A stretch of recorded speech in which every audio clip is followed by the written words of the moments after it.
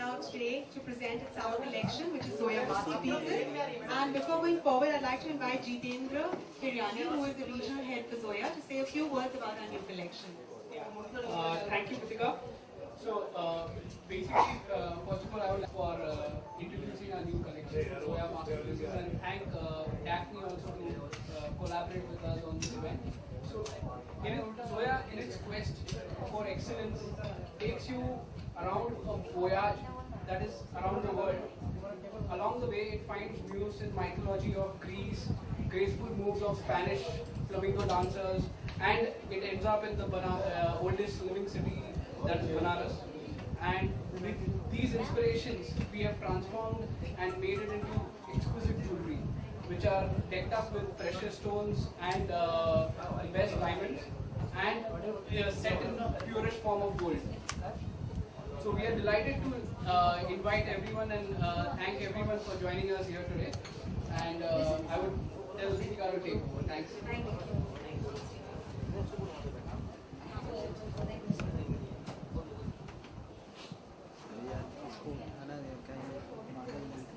I know very well, and yeah, it's quite a wide. Will you be quiet? Thank you. Recently added the tag of entrepreneur. Very formally, she's opened a new production house. It's called Lodge Productions, and they're doing great stuff in travel documentaries and more. There's also a fitness app that was recently launched. It's called MobiFit, and it's meant for people like me to get us off the couch and running 5 kilometers in just a few weeks. I'm waiting for the iOS version. It's out. There you go.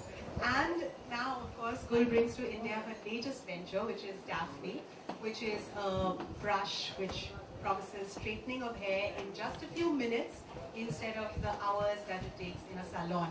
It is very exciting. Gul has convinced me with her passion and her trials of the product that it is the thing that is the hottest trend in the hair care market right now.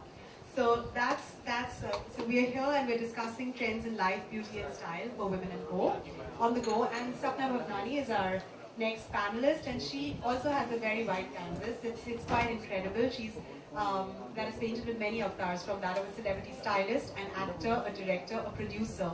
Sapna has produced several music videos and also sung in several of these.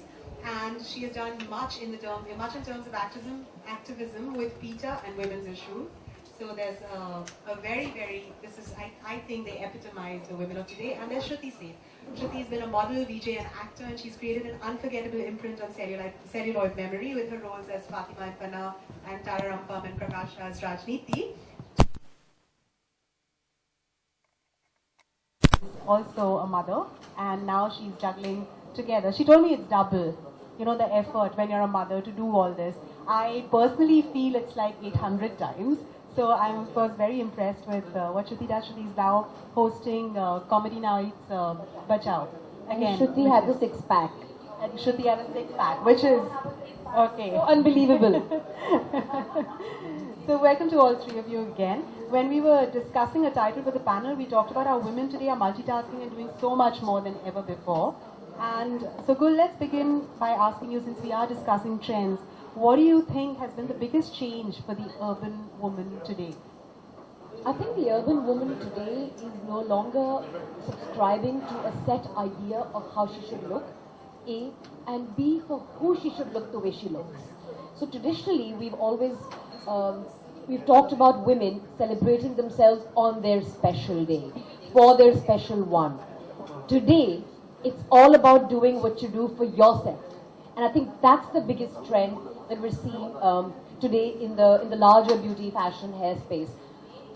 Women who are empowered, women who feel that they live along with their families and the various duties that they fulfill, like yourself and Shruti does. But I think a large part of the focus is also shifting towards celebrating yourself. So I want to wear a nice dress because I want to look good for me. We put ourselves on a pedestal and didn't always relegate ourselves to perhaps the lowest priority in our own lives. I think that's very valid in Sapna. Every day you see, in the beginning they used to come with their boyfriends or husbands and who would dictate their look.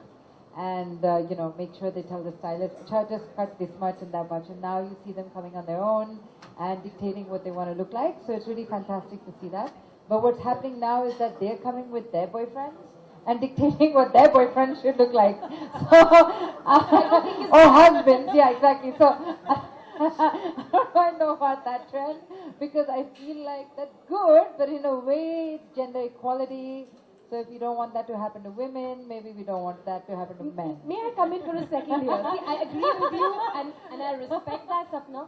But when the pendulum has been held to one side for so long, it's bound to swing wildly before it finds the balance. So yes, that's a very interesting thing actually. I never thought of it like that. But I feel like I also come from a household where the man, sure, like back in the day and how we've been talking about, the man wearing the pants, but I feel like almost every person that I know will vouch that their mother always wore the pants in the house.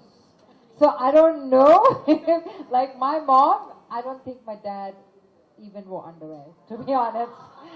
She was that much in charge, you know what I mean? So to see that in the salon, it's quite sweet. I mean, women saying, listen, I like my man, which is also great that men listen, like I like my man with long hair, don't make it short. Okay, great.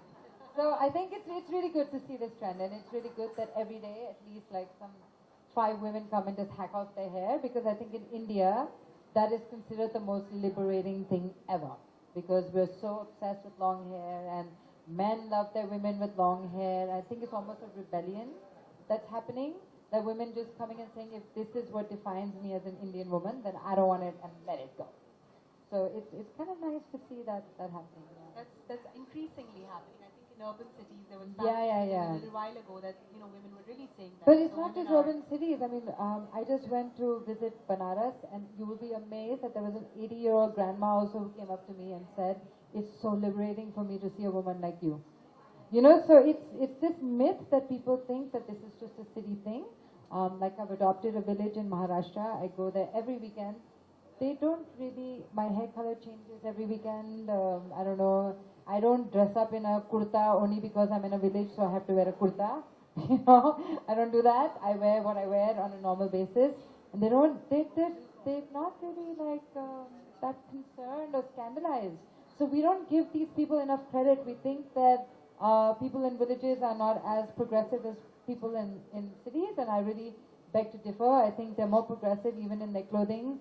I mean, look what they barely, the women wear such short cholis and nobody really looks at them in a bad way, This is more of a city thing, I feel. Shruti, for you, what would be your take in terms of just urban women and trends? And women on the go. I wouldn't say urban. I just mean, I think from what the conclusion I'm reaching is that every woman is a woman on the go, because women seem to be very busy all the time. Actually, taking Sapna's words a little further, I genuinely believe that women make the world go round. Absolutely, 100%. Our lives are held together by the women in the house. The men probably, now even that's changing, the men just earn money. That's all they do.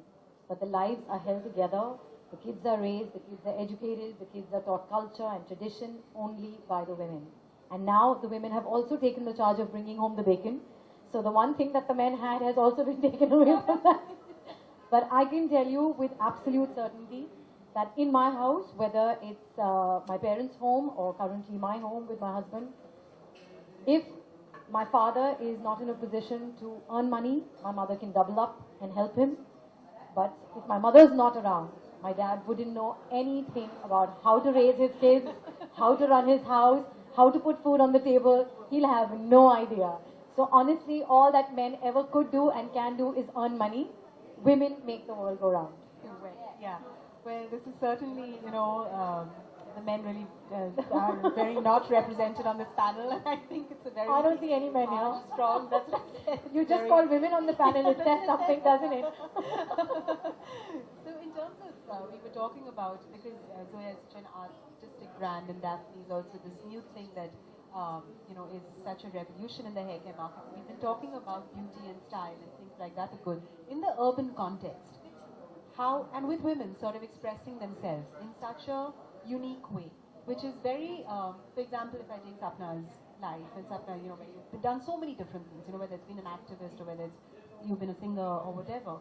And with Gul being an activist and being, you know, taking on these different roles that you've taken on as an entrepreneur, with you, Shruti, you know, taking on the films and things you've done, with you sort of choosing, you know, what you want to do, how important is grooming? And where does it fit in into the time that you spend in a day? Like Gul said initially, it was only about that special day or that special time that we were really focusing on. How do you think this is changing?